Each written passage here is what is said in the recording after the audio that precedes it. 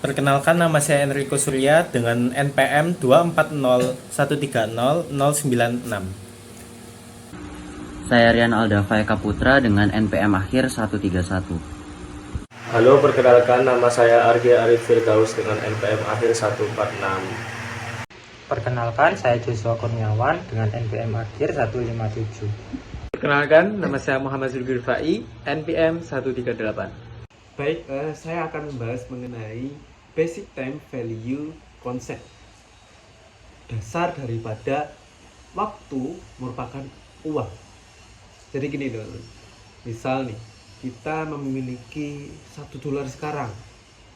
Nah, jika kita menginvestasikan dalam misal 2 tahun, nah setelah 2 tahun nih, uang $1 tadi itu akan menjadi 2 kali lipatnya, atau mungkin bisa lebih banyak lagi. Nah, itu yang dinamakan dengan waktu adalah uang.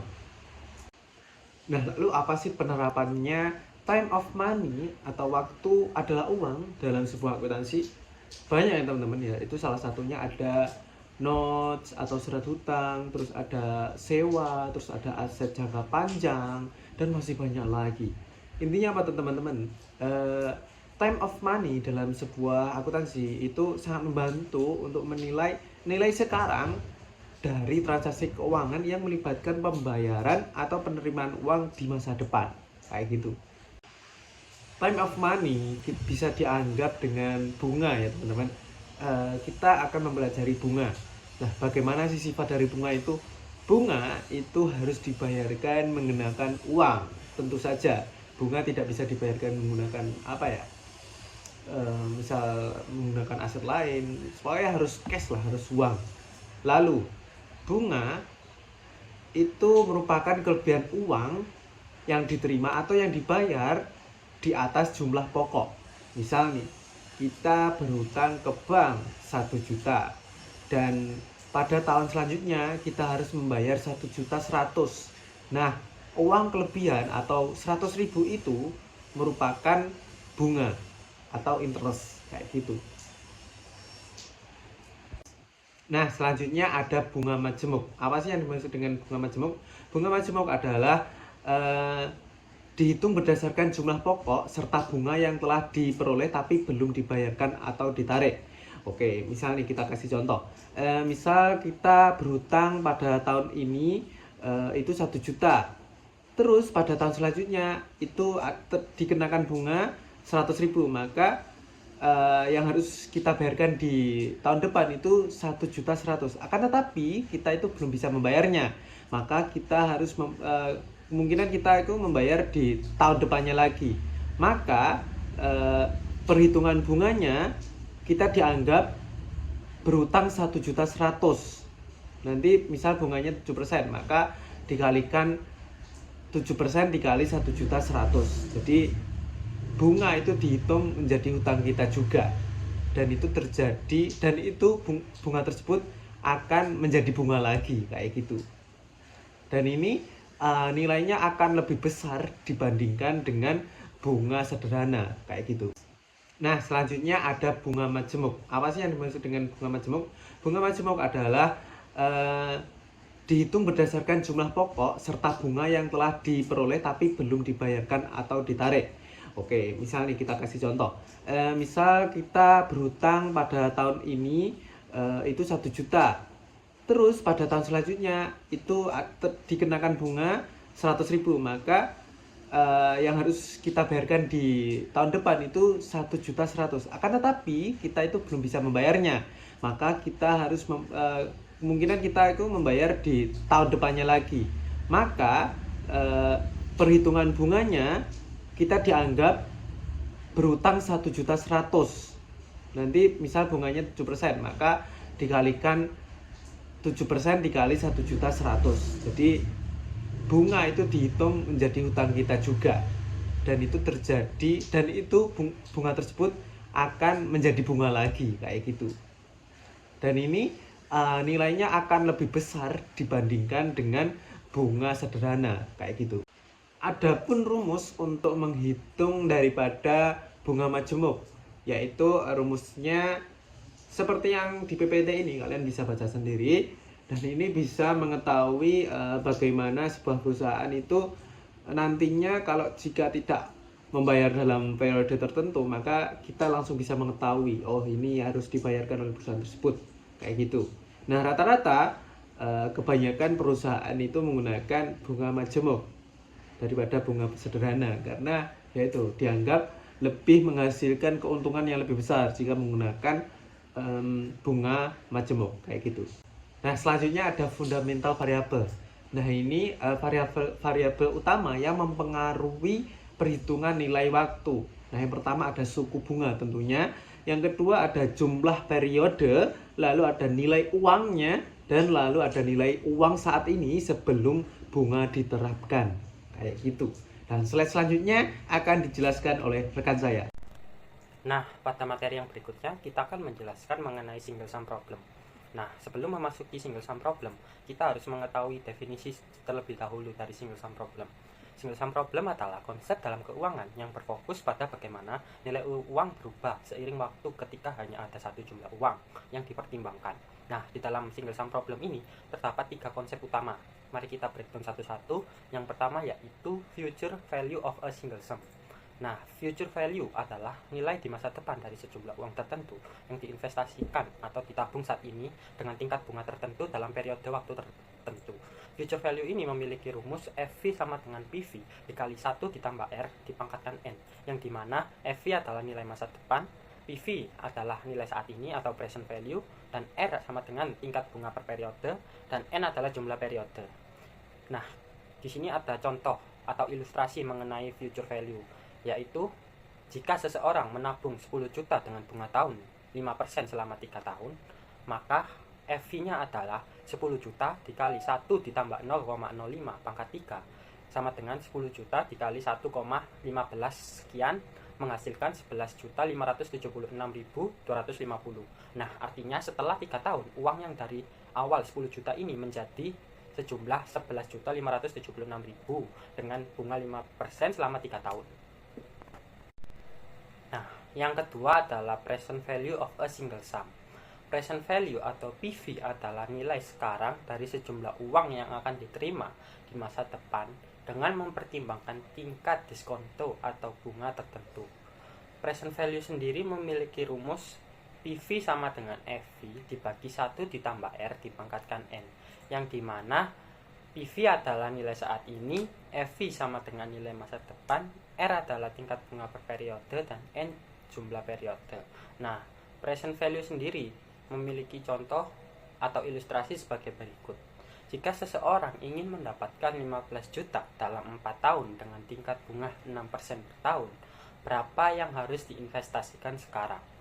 PV sama dengan 15 juta dibagi 1 ditambah 0,06 pangkat 4 sama dengan 15 juta dibagi 1,26 sama dengan 11.885.000. Artinya, jika seseorang ingin mendapatkan 15 juta dalam 4 tahun, maka harus menabung sebesar Rp11.885.621 dari sekarang.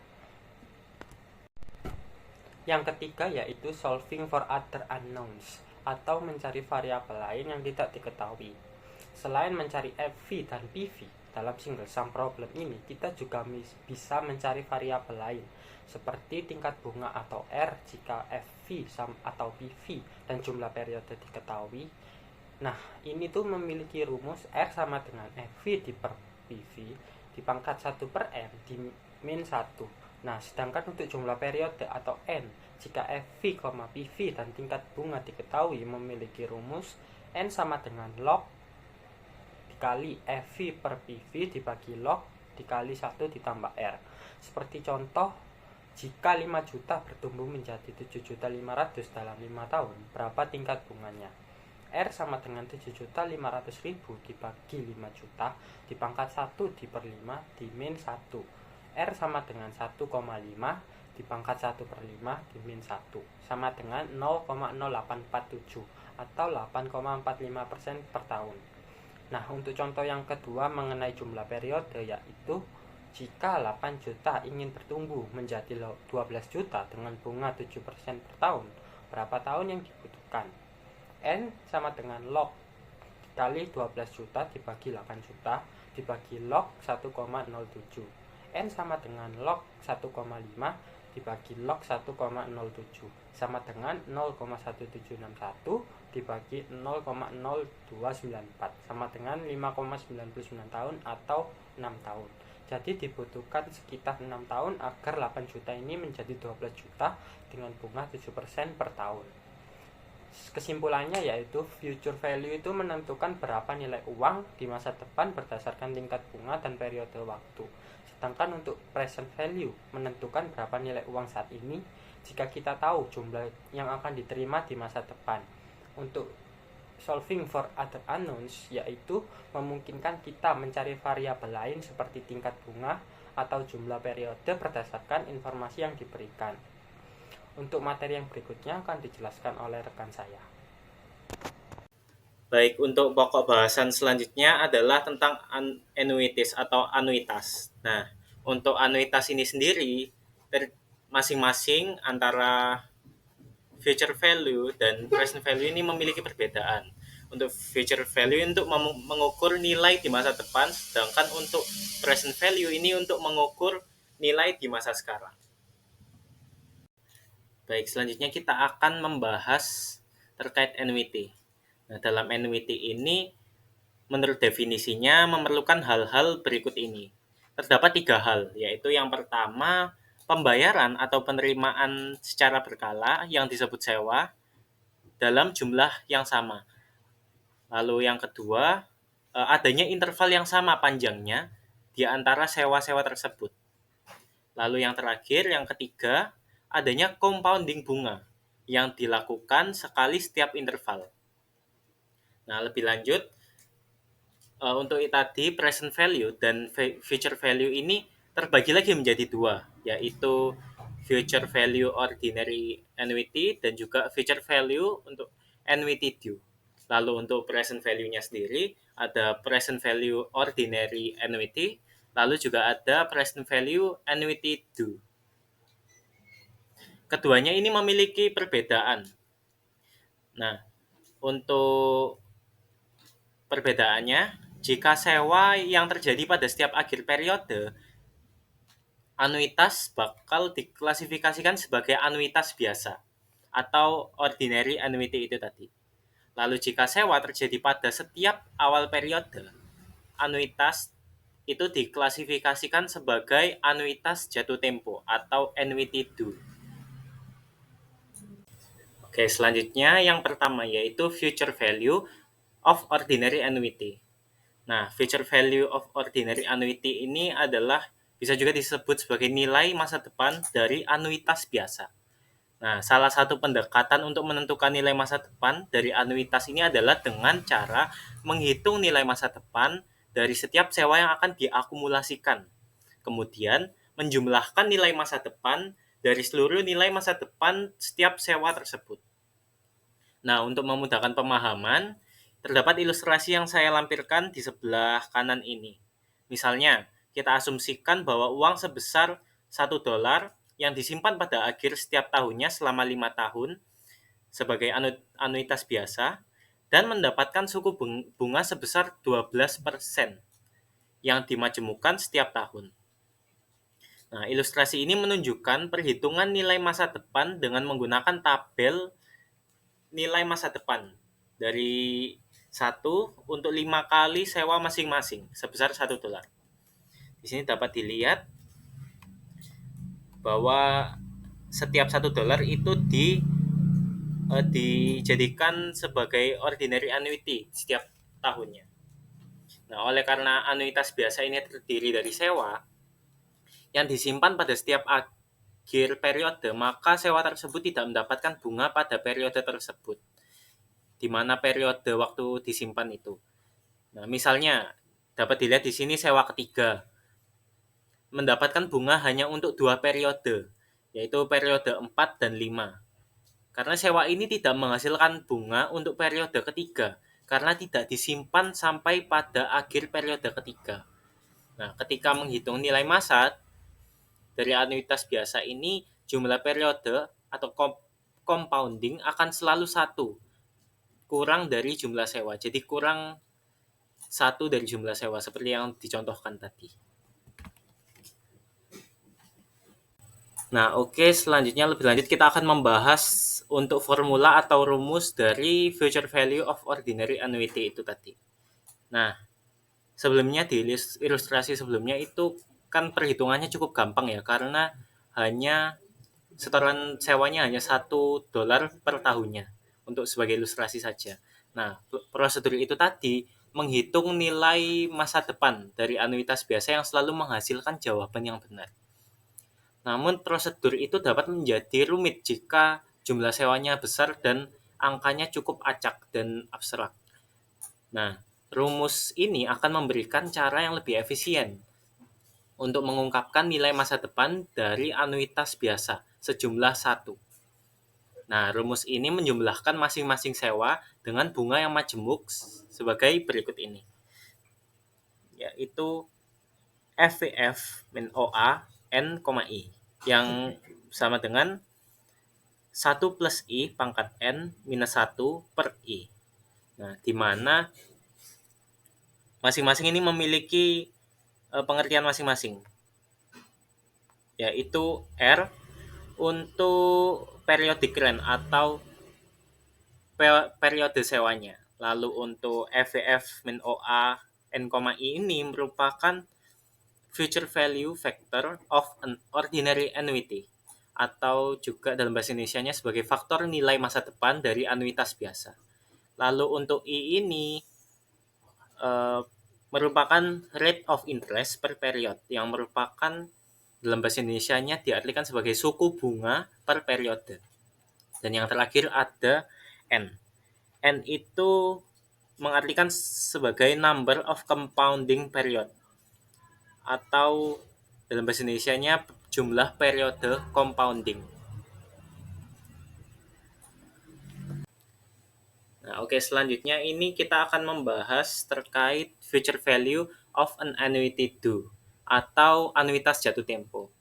Nah, di sini kan analisis anuitas ini biasanya sebelumnya mengasumsikan bahwa sewa periodik terjadi pada akhir setiap periode. Nah, kita juga harus mengingat bahwa anuitas jatuh tempo ini akan mengasumsikan bahwa sewa periodik terjadi pada awal setiap periode. Nah, hal itu berarti anuitas jatuh tempo ini juga akan mendapatkan bunga pada periode pertama. Berbeda dengan sewa anuitas biasa atau ordinary annuity tadi yang saya jelaskan, yang tidak mendapat bunga pada periode pertama. Nah, dengan kata lain, kedua jenis annuity ini, baik ordinary annuity dan annuity due ini, memiliki perbedaan dalam jumlah periode akumulasi bunga yang dilakukan. Nah, jika sewa terjadi pada akhir periode, anuitas biasa akan menentukan nilai masa depan dari anuitasnya berdasarkan jumlah periode terhitung. Nah,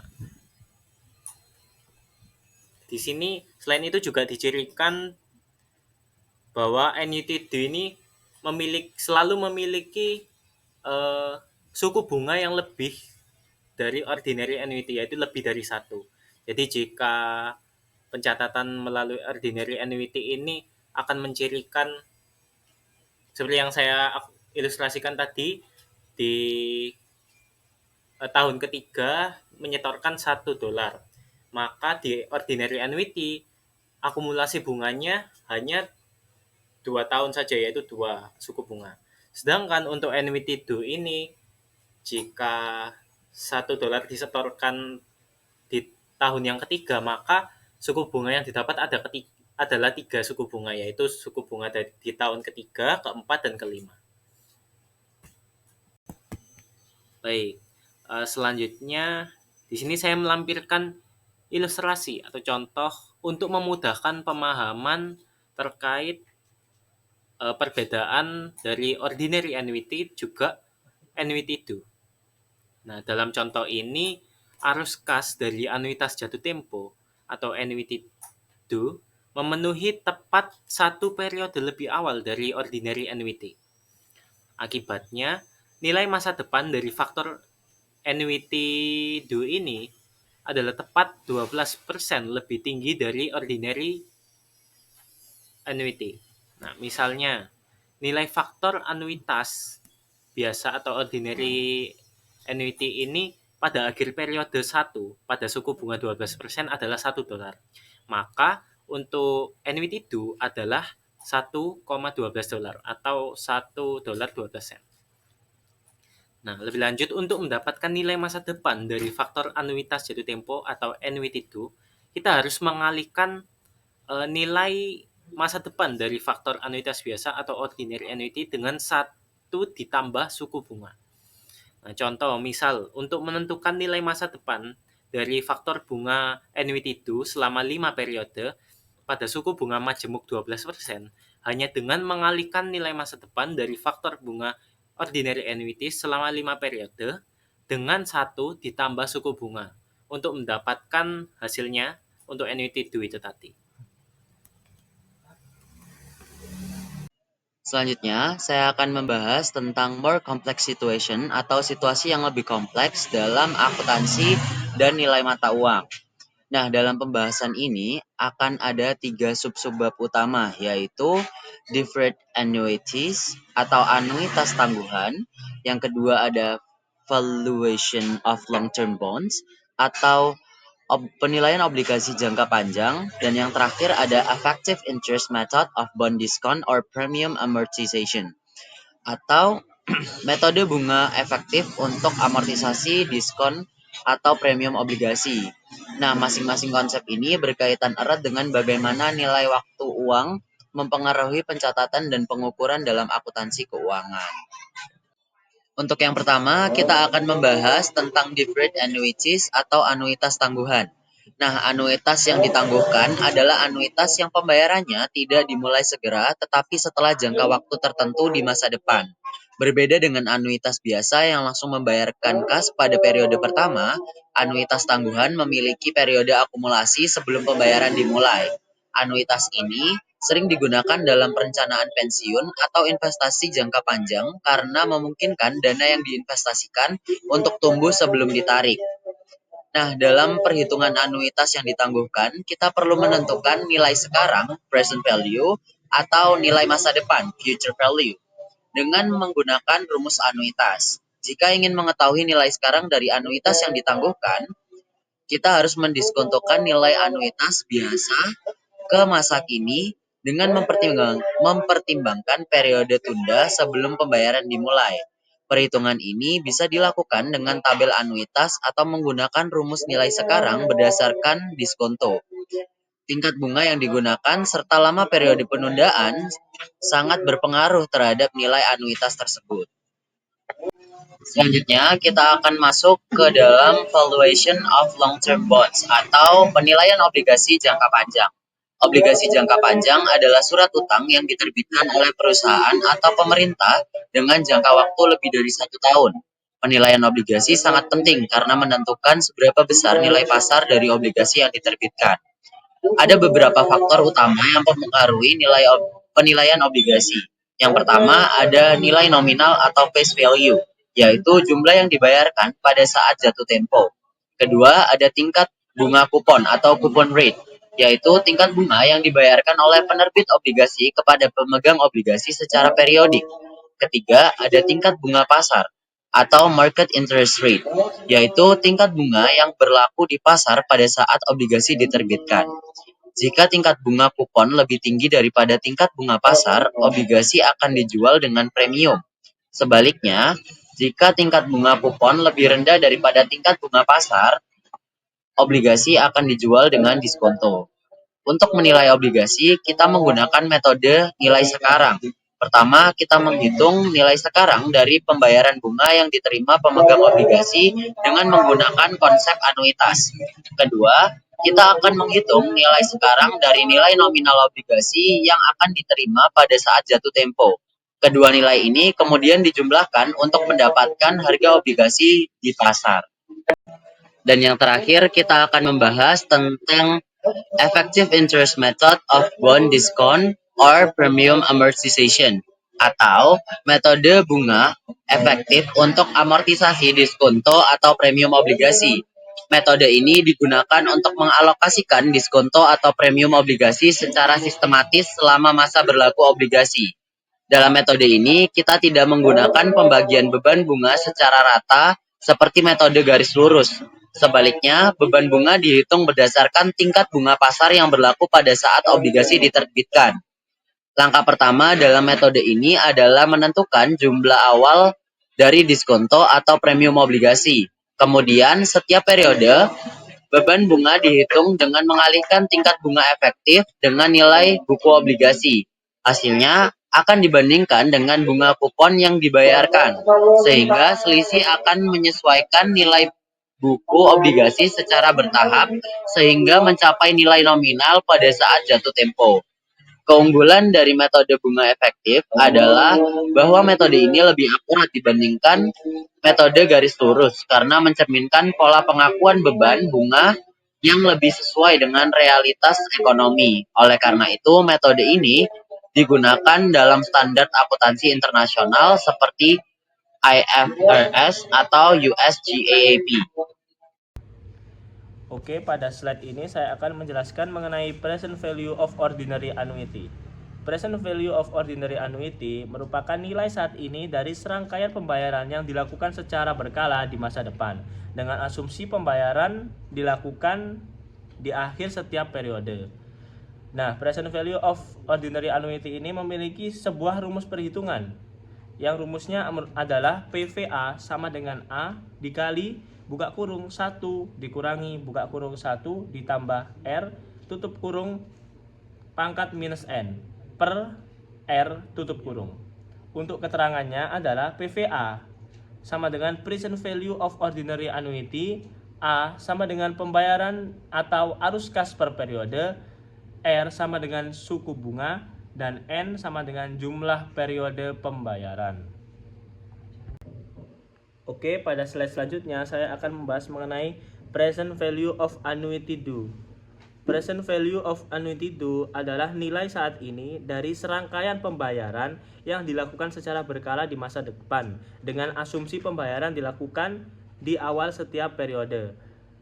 Present value of annuity due ini adalah kebalikan dari present value of ordinary annuity. Untuk perhitungannya adalah PVAD sama dengan A dikali buka kurung 1 dikurangi buka kurung 1 ditambah R tutup kurung minus N kuadrat minus pangkat minus N per R tutup kurung dikali buka kurung 1 ditambah R tutup kurung. Untuk keterangannya adalah PVAD sama dengan present value of annuity due, A sama dengan pembayaran atau arus kas per periode, R sama dengan suku bunga per periode, dan N adalah jumlah periode pembayaran. Untuk slide selanjutnya akan dijelaskan oleh rekan saya. Pada slide ini saya akan membahas mengenai contoh present value of annuity. Nah, untuk contohnya sendiri terdapat dua contoh.